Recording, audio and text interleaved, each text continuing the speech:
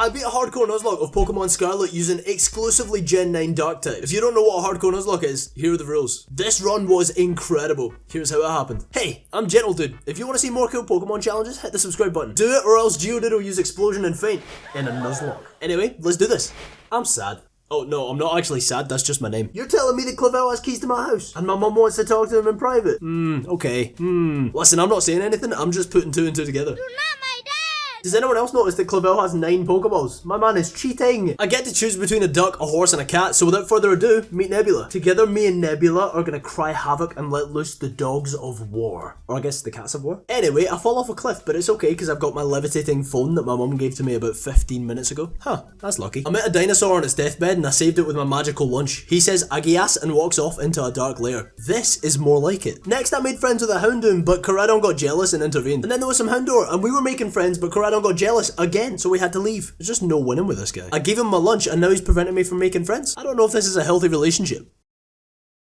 How rude. I just saved this guy's prehistoric donkey and he's mad at me for it. So we fight, he brings out a squirrel, I kill the squirrel and he gives me Caridon. So the food's corrupted, but I caught a Nimble and called it Somber and then caught a Mastiff and called it Phobia. Mastiff has Intimidate, which is going to come in so clutch. So we seek out the TM for Firefang, do some crazy parkour back, and right as I was getting ready to go into the gym battle, it starts raining. My entire strategy revolves around Firefang. Because this is a Nuzlocke, I wasn't taking chances like that. I waited for the rain to stop, and then we rolled an olive. It's time for Gym 1. I start with Phobia and decide to set up a Hone Claws to raise my attack. With that, a Firefang's just enough to KO the bug. Next up is Tarantula, who also goes down to a +1 Firefang. Last but not least comes a Teddy Bear. Too bad I literally just incinerate him. I didn't even have to Terrastalize. Phobia lets out a victory roar and we walk out unscathed. Good job, Mastiff. While training, Nebula evolves into easily the best middle stage Pokemon out of this starter lineup. But I messed up and I overleveled Nebula, so I had to box him for the next fight. It's time for Cloth. This thing's so cute. Ew. I go for a double kick, which doesn't do much even with the crit, so I decide to switch out to Phobia. That gives us the Intimidate drop, so with one charm he's -3 attack, which means I can just Terrastalize and use Bite until it dies. I was honestly worried that Bite wouldn't two-shot, but then Anger Shell activated, which actually lowers his defense, so I knew that it would kill.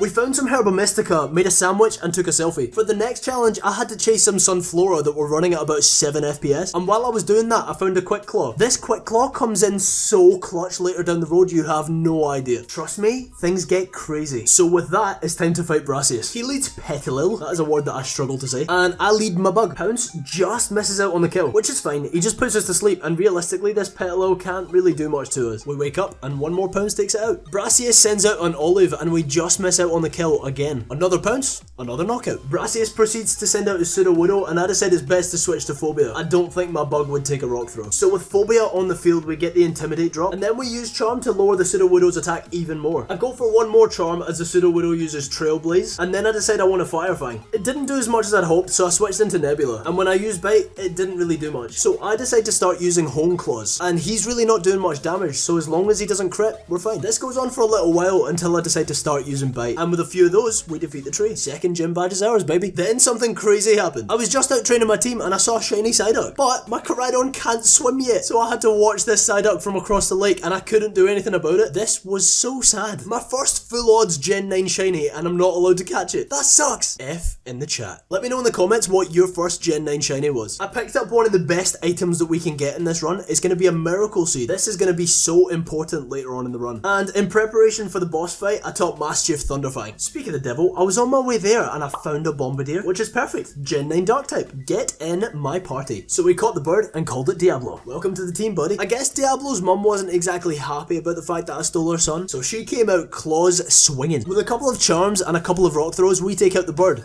With her own son. Sorry, no I'm not. Anyway, okay. She then decides to give the wall a kiss, eat a plant, and then go for round 2. They don't let me get ready for the fight, and this is where I lost the first 2 runs of this challenge. But this time, I've got Diablo. Diablo and the little salt rock take out the bird. Easy peasy lemon squeezy, no deaths. We find more of the sweet herb. We feed a performance enhancing sandwich to our dinosaur horse bicycle, and with that, he can swim. I wonder if the Psyduck despawned.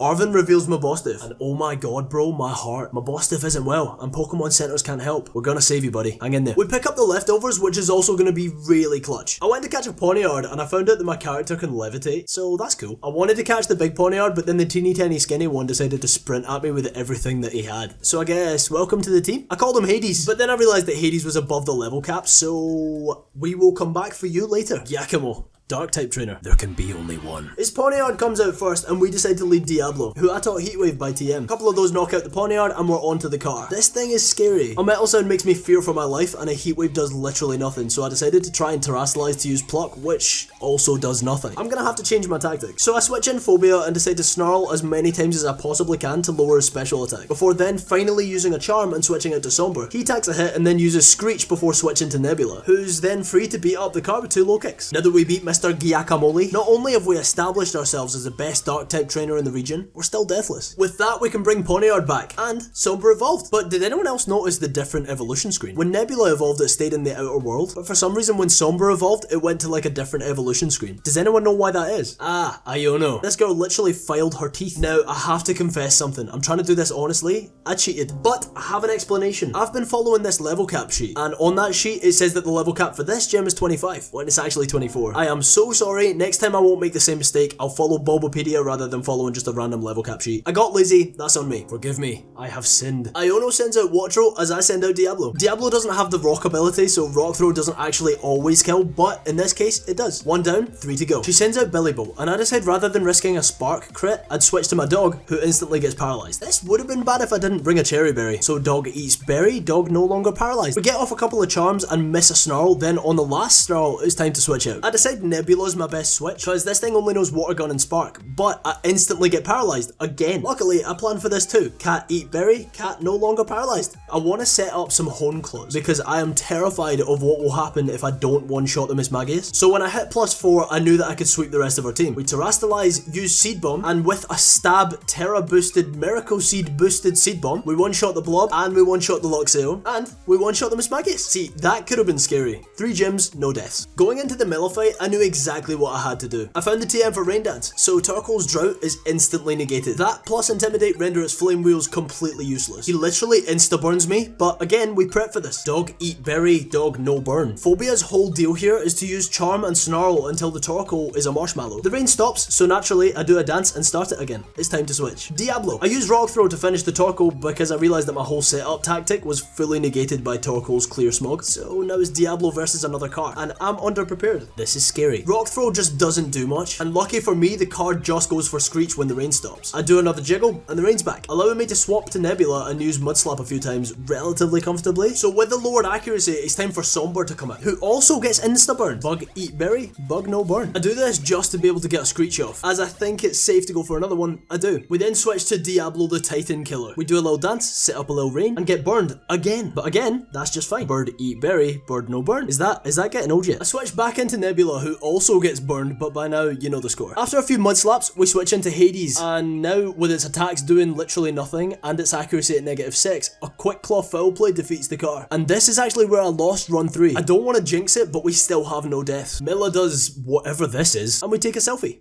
Eater Coridon.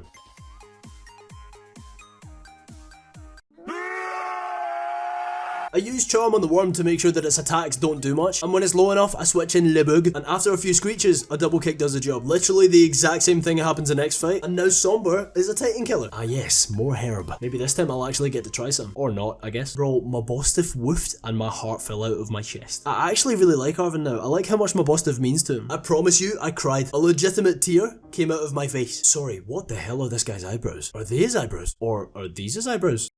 Anyway, while training for this gym, Mastiff evolved into Mabostiff, and I fought a really small Seviper. I don't know why this Seviper makes me uncomfortable. Are they supposed to be that small? So now we're up against Gym Leader Kofu. He leads with Veluza. I take it out with a couple of Thunderfangs, so Wug Trio's next. And Wug gets a double headbutt flinch, but that's okay. We use one Thunderfang, knock it out clean. Now it's time for the Crab. Nebula's the clear answer, so we switch in, and Terra Seed Bomb is enough to cleanly two-shot. He does hit a hard slam that would have killed if it crit, but we're lucky and it didn't. So the Crab falls, and we have our 4th gym badge. Still no deaths. We pick up the TMs for Substitute and Iron Defense because my next strat relies on the Toddler. So I checked Skuntank's moveset, and it literally can't touch me. So I'm safe to just bring in Hades and Iron Defense all the way up to +6 and Swords Dance all the way up to +6. I set up a sub, and with that we sweep his entire team with a literal baby. Teeny weeny tiny Hades takes out the car with no problem. Atticus falls and we move on. I was running around outside the next gym and I found a shiny Murkrow, and it's a dark type and I really wanted to use it, but I've already committed to the Gen 9 only, and so with a heavy heart I say Pinky, You're getting boxed. If that doesn't make you subscribe, I don't know what will. I'm committed. The level cap increases so we can evolve Nebula, and with that, Nebula learns the most overpowered move in the game, Flower Trick. This move has 70 base power and is guaranteed to crit. We can theoretically let off Miracle Seed boosted Terra Stab critical hit Flower Tricks. Next, I had to do the most ridiculous challenge, but I completed it without even using Google twice. So yeah, father. Is that you? I love Larry, man. He's the best. He's just trying to go home and see his kids, man. He's just trying to pay his mortgage. Anyway, the Hades strat worked so well last time that I decided to do it again. We set up, let off a substitute, and smack up his entire team. We also taught him Brick Break just for this, and it worked perfectly. That's another gym badge with still no deaths. I can't lie, I forgot that there was a Nomona fight here, but Hades literally just does his thing again and sweeps her. I did have to switch out for the Quick Quavo, but a Stab Terra Miracle Seed boosted crit Flower Trick does the job. That is so hard to say, by the way. I go to the next gym and pick up a Lucky Egg. Wait, that's not right. Oh my god, I almost fought the wrong gym. This would have ended my run. So we scale the mountain and get to the actual gym. That could have been a disaster. While training, me and Hades stared off into the sunset. What a genuinely beautiful game. We can stare out over the mountains and reflect on our journey together. How with a team of 4 and we're only allowed one more encounter, no one's died. Through the power of friendship, we've made it this far. And maybe, just maybe, we can all take it all the way. It started to feel more and more possible that we could do this whole thing deathless. What a ridiculous statement. I know, Hades. I know. So some lady with the same name as this thing tried to have a rap battle with me. The fight with Rhyme starts and she leads Mimikyu Bonnet as I lead Hades and Phobia. My Intimidate goes off, which is a good start. I start setting up Hades' defense and go for a Thunderfang to try and break Mimikyu's disguise, which was a misplay because I missed. That's no biggie. I keep setting up Hades and went for a Snarl with Phobia to lower the special attack stats. I get crit slashed, but that doesn't really do much. The Snarl breaks the Pika clone's disguise. In the background, I'm getting some ridiculously good RNG with the callouts, so my mons are involuntarily getting buffed. I am not complaining. I decided to go for Swords Dance with Hades and go for a Charm on the Mimikyu. The idea is to nerf one side and attack the other, rendering the battle pretty much a 2v1, or I guess 1.5 with the crit chance, I don't know. I switch Phobia out for Diablo and Hades gets a quick claw pop. Shadow Sneak does nothing and Night Slash kills the Bonnet with ease. The callouts are still in my favour, so I'm getting buffed even more. Slash does nothing from Mimikyu and a combination of Acrobatics and Night Slash take out the Gravehound. Do you get it? Gravehound. Anyway, I switch out Diablo for Nebula as Toxtricity comes in, but I just get hilariously good RNG and Hades' Quick Claw activates on her Terra turn, meaning that my Night Slash just instantly derails our plan. I didn't even have to Terastallize. This leaves just our Mimikyu who falls to the ever-evolving brute force that is Hades. He's quickly becoming the MVP of this run. He pretty much single-handedly just swept 3 gyms, and we're still deathless. This is insane. Great Tusk. This guy's huge! Anyway, he's super easy to defeat. Literally just flower trick him like 3 times and then that's both the fights done. But I must admit, his death animation made me giggle.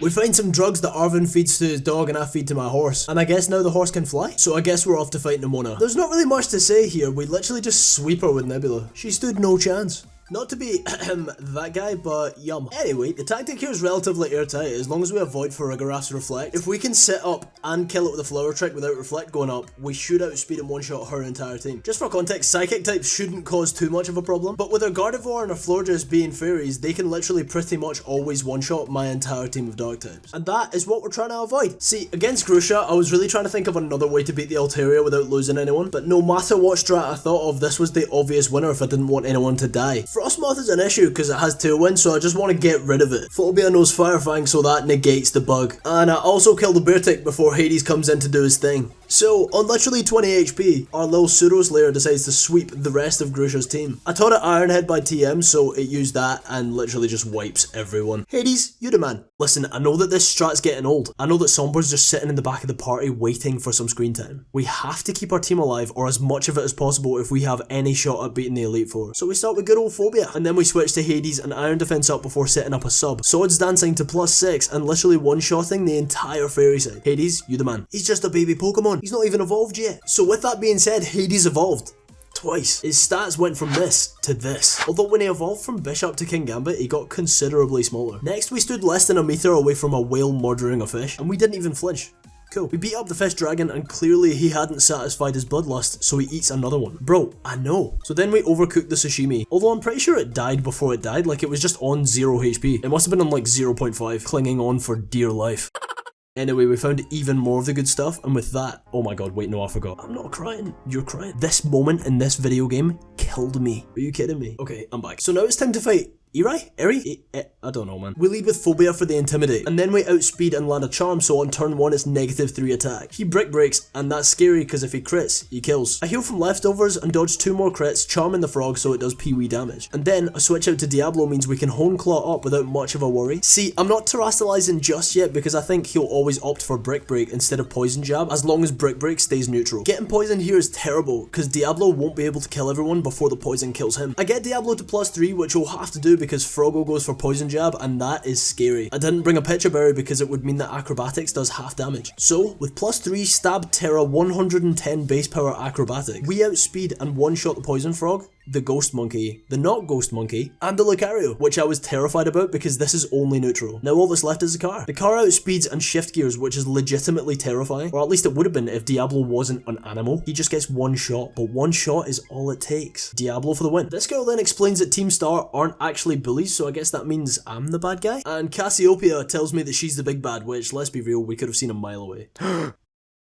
I was just out training for the Elite Four and I found a shiny Chansey in the background. How genuinely disgusting. This thing is so ugly. But a shiny's a shiny, I'm not complaining. I catch it, call it Kirby, and throw it in the box, where it will never leave. Elite Four time, and Rika is up first. She leads Whiscash and I lead Diablo. Diablo then snarls a few times to lower its special attack as much as I can before switching to Phobia. Then Phobia takes a Muddy Water like it's more of a muddy puddle, and then swiftly sharpens his claws a bunch of times before Terra crunching the Whiscash to its immediate demise. The Lava Camo also drops to 1 crunch, so now it's Donphan. Now, I know this Donphan has sturdy, so I go for Ice Fang because 1, I won't mess with my accuracy being as high as it is with the Hone Claws, and 2, I'm opting for a potential freeze, which admittedly we don't get, but it was a cool enough idea. He hits a stupidly hard EQ, which again would have killed had it crit. RNGesus is on my side. Then we outspeed again to crunch and take out the elephant. Dugtrio comes in and he definitely outspeeds, so the switch is necessary. I decide that Nebula is my safest shout here, and Dugtrio hits a super soft EQ, so then a Flower Trick literally just smacks it even deeper into the ground than it already is. Big Squishy comes out next, and as adorable as he is, he falls to 1 Flower Trick. Honestly, they could have made him more viable if they were going to give him a regional evolution. Feels like a bit of a waste, but with that, we're a quarter of the way through the Elite Four. Good job, team. On to the next. Is that a toddler? I know I joked about Pawniard being a toddler, but this is an actual toddler. Who's running this place? Are there no child labour laws in Paldea? I'll admit though, she's got a scary team. Phobia starts to intimidate Charm the elephant until its tusks are more like sofa cushions, and a couple of Hone Claws for good measure mean that Fire Fang is an obvious 2-shot. I was supposed to teach Phobia Protect for leftovers recovery, but I forgot. Oops. Anyway, now we're fighting a taxi who knows Body Press and Iron Defense, and that is terrifying. See, Body Press uses the physical defense stat, not the attack stat, and that move after 1 Iron Defense one-shots my entirety. Luckily, 2 Fire Fangs are all it takes to take out the Corviknight. Keep it up, Phobia. I believe in a Deathly C4. Tinkaton, you are where I'm literally sure that someone's gonna fall. I was mentally prepared for that. I'm trembling as she terastallizes her Thor baby, but Play Rough doesn't crit, so it doesn't kill. A Fire Fang is just short of the one-shot, but Phobia lives to bark another day. I cannot stand the thought of losing anyone at this point. I am literally sweating. Hades is my safest shout because his defense stat is just shy of the moon. He comes in, takes some damage to Stealth Rocks, and tanks a Gigaton Hammer, and then thankfully tanks the Brick Break. Then I hit her with a Brick Break of my own, and Tinkaton falls. Poppy, for someone who can barely speak yet, you've earned my respect. That was terrifying. Dad? Larry? Old habits die hard, and against King Larry, this was again the only way. Staraptor outspeeds and one-shots literally everyone except one of our Mons, but even then that Mon gets 2-shot by close combat. The problem is they can't one-shot and he outspeeds, so regardless everyone would fall. So we're back to the Snarl Protect Gambit so that our actual Gambit can come in and set up. He's gonna launch his sub and sweep Master King Father Larry and his birds. Against Staraptor, the Quick Claw literally means that we have an absolute win because the sub stays alive when Altaria comes in. And she just takes out my sub, which allows Hades to do what Hades does best. Sweep everyone, leaving none alive in his wake. He is relentless. The Flamingo terastallizes and uses close combat, which tickles our samurai, but then, just like the rest, the Flamingo falls. I love how much Larry just doesn't care. Here he is. Hassel leads Noivern, I lead Phobia. Ice Fang cleanly one-shots Batman, and the Seaweed is next. I protect for leftovers recovery and then go straight for Ice Fang. He then hits a hard Sludge Bomb which poisons our pup, but we outspeed so we go for another Ice Fang. We die next turn to poison damage, so it's time to switch. Diablo can wipe the apple from the face of the earth with 1 acrobatics, and then Haxorus comes out, which is a little more scary. Kingambit comes in and checks him. We then set up and get hit by just a painfully weak Dragon Claw. We get him to +4 defense, which allows me to sub, and Hades just uses Swords Dance to get to +4 attack. I was gonna go to +6, but Haxorus crits me, so I have no choice but to set another sub, which means I have to attack. I terastallize, so now we both have axes on our heads, and go for Iron Head, which cleanly takes out the dragon. Then he brings out Baxcalibur and Terras. Then with 1 mighty hit, doesn't even take out my sub. Anyway, one Iron Head obliterates his Fridge Dino, and with that, we defeat the entire Elite Four without losing a single Pokemon. I can't believe I'm saying that. Geeta is all that stands between us and championship, so let's give it our all. Phobia leads to Snarl the Emu, but we get crit Dazzling Gleam turn 1. It's not looking good. Snarl lowers his special attack, and I protect for Lefty's recovery. I think I can take another Dazzling Gleam, so I decide to stay in, and I do narrowly take it. But then Phobia misses Snarl, which makes this even harder. The mountain just gets steeper. I protect again for Lefty's, but I don't like where we sit here. So I compared my special defense stats and decided that I had to switch into Hades. What happens next is literally incredible and entirely out of my hands. Someone should have died. Dazzling Gleam doesn't do much, so I start with a Swords Dance, and then I sub when she sets up Reflect. I go for another Swords Dance as my Quick Claw pops. She then gets an Opportunist boost, but doesn't have any physical moves that can affect me, so I set up some more. It's time to set up another sub. She Quick Attacks, and I Brick Break to get rid of the Reflect. She sets up another Reflect, and I Brick Break her again. Espathra goes down. Next is Avalugg. I Terastallize to steal, so fighting isn't quad effective, and I get a Quick Claw pop so the Avalugg falls before he can touch my sub. She then sends out Veluza, and the sub takes a liquidation, and I hit a hard Brick Break. This is where I get insanely lucky because the Quick Claw pops, so the sub doesn't take another hit and inevitably fade. So Veluza goes down and the sub stays up. Kingambit is next, but he's no match for Hades. One quad Brick Break and they fall. Go-Go comes out next, and we get another Quick Claw pop, which means our sub takes no damage. Again, the fact that that happened exactly when it happened is so perfect, because if the Go-Go took out my sub, then the Glamora would be able to hit my Hades and there's nothing I could do about it. The luck here is astounding, and that ensures the W. Glamora's our last Pokemon, and she Terastalizes using Dazzling Gleam, which breaks my sub, but it's not enough. She falls to one Brick Break. Hades through that full battle just refused to fall. He is a king above men, he is no mere mortal, he is my favourite, he deserves 2 birthdays. We are champions of the Paldea region. But we're not done there. In the biggest plot twist of the century, Clive reveals that he's actually Clavel. Oh my god, no way. I know. So it's time to fight a liar. He leads Oranguru, who cannot touch Hades, so we play our same old Hades BS and take out his first 3 Pokemon to count out Cleaves. We then switch to Phobia, and the Sentient Teapot hits a soft Shadow Ball. We get Lefty's recovery and protect for some more, and then Terra Crunch to easily take it out. A Moongoose can put us to sleep with Spore, so I protect to see what he's going to go for. Surely enough, he's going for Spore. I think the risk to reward is worth it, so I use Crunch hoping to one-shot, but it doesn't. It's fine though, because he just uses a Giga Drain, so that's literally best case scenario. Down goes Among Us. Next up is Terra Skeledirge. So I protect for leftovers, and he goes for Torch Song, which can get scary if you let him stack it. A Crunch, which ends up being a 2-shot. We take a hit, outspeed, and the Croc goes down. I smack up Jenny, or I guess Cassiopeia's evolutions, and it was honestly really easy. Then we watch one of the most heartwarming scenes in this whole adventure. I'm not crying, you're crying. Arvin's whole story just gets sadder and sadder. People are out here giving him crap, but my guy's dog is dying and his mum's a robot. I feel for him. Arvin, you've got my support. This fight, I've actually got a slightly different strat that I want to try. And since it's pretty much the end of the run, I thought, why not? So I lower the Greedent's attack, switch to the cat that started it all, and double teamed until I was literally John Cena. Get it? Because you can't see me. Anyway, I cut this one pretty close to the wire. I know this was my 4th or 5th run of this challenge, but I'll be damned if RNGO dude wasn't smiling down on me. To finish it off, my boss defused Firefang, but he didn't, so easy peasy sweep. Now it's time to fight Nemona. Father, you came. The Barney lookalike has Sap Sipper, and she almost got me with that one, but not today. Moral of the story, I kill all of our Pokemon with ease after that, because double team means that none of them can touch Nebula. I genuinely love these games. They've really made me feel something. With the storylines, the new friends, the music, wow. Genuinely, what an incredible Pokemon game. So I really wanted to catch Brute Bonnet so that I can have a full team of 6, because this is literally the only other encounter that I can get. There's only 6 new Dark types, and this is one of them. Sadly, it doesn't let me, so I guess no Brute Bonnet for me. This scene will haunt my nightmares forever, but I have to say, I love this fight. This is legitimately so cool. The story, the Pokemon, the eyes, all of it. I'm immersed. Intimidate, Charm, and Protect allow me to switch to Hades, and he starts setting up. Everything's going to plan. We set up the sub and start Swords Dancing, but Slitherwing crits me, breaking my sub. I set up another. Another Swords Dance puts me at +2 since she lowered my attack 2 stages. Then another to +4. I decide I have to attack and I take out the prehistoric Dino Bug. Then it's Jigglypuff. We take her out with Iron Head with ease, and then Brute Bonnet breaks my sub. And that leaves Hades vulnerable. I don't see a clean switch though, so I bank on the Quick Claw pop, which I actually get. Oh my god. Sadly though, Sandy Shocks takes it and uses Earth Power. Hades goes to... Oh my god, sorry, what? Hades toughed it out so I wouldn't feel sad. I guess I always feel sad because that's my name. No time for jokes. This Pokemon just keeps providing. After everything he's done, I've decided that I have to spare Hades. So I switch to Nebula on a pretty soft Earth Power. I try to double team, but it's too risky. So I just take out the fuzzy Magneton with a Flower Trick. Fluttermane comes out next, and I decide to stay in Flower Trick, which takes them out too.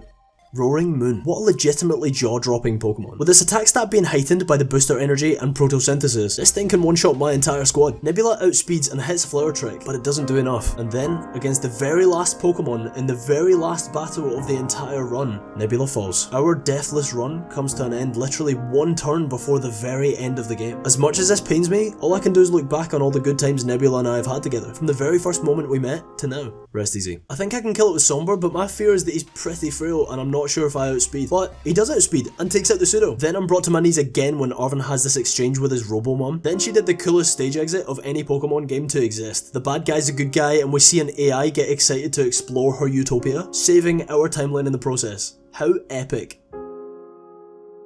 With that, our so very almost deathless hardcore Nuzlocke of Pokemon Scarlet comes to an end. What an incredible journey, and what ridiculous RNG. All that with 3 shinies sprinkled in there too. Somber, Phobia, Diablo, Hades, and of course Nebula. Thank you for this incredible run. I won't forget you. And thank you for watching. Do me a favour and click the subscribe button. I'm pretty new to this, so any support means the world.